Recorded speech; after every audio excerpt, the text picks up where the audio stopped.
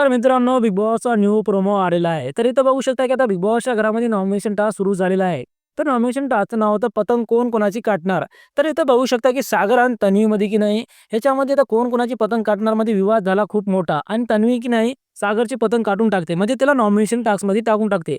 त्याला ह्या वेळेस की नाही म्हणजे नॉमिनेशन होणार असं त्याला की नाही तन्वी त्याला सांगते. कारण की नाही सागर जे आहे ना तन्वीवर म्हणजे तन्वीवर की नाही खूप मोठ्या प्रमाणे की नाही त्याला भडकत होता. म्हणजे त्यासोबत की नाही कल्ला करत होता, भांडणं करत होता. आणि त्याला सांगत होता, की "तू मला कोणत्या कारणामुळे मला नॉमिनेशनमध्ये टाकाली?" असं ते की नाही सागरनं तन्वीला विचारलं होतं. तर तन्वी रिप्लाय देताना त्याला सांगत होती, की "तू की नाही यावेळेस की नाही मला आवडत नाहीस. म्हणजे तू घरामध्ये तुझी ॲक्टिव्हिटी मला जास्त दिसत नाही." असं ते की नाही तन्वीने ते सागरला सांगितलं. तर मग सागर ते ऐकायला तयारच नव्हता आणि ते दोघांमध्ये की नाही खूप मोठ्या प्रमाणे कल्ला झाला होता. आणि कोणत्या ना कोणत्या गोष्टीमुळे की नाही सागर की नाही तन्वीवर पहिलेपासूनच लई चिडत होता. ते आता राग पूर्ण राग की नाही तन्वीवर काढत दिसत होता.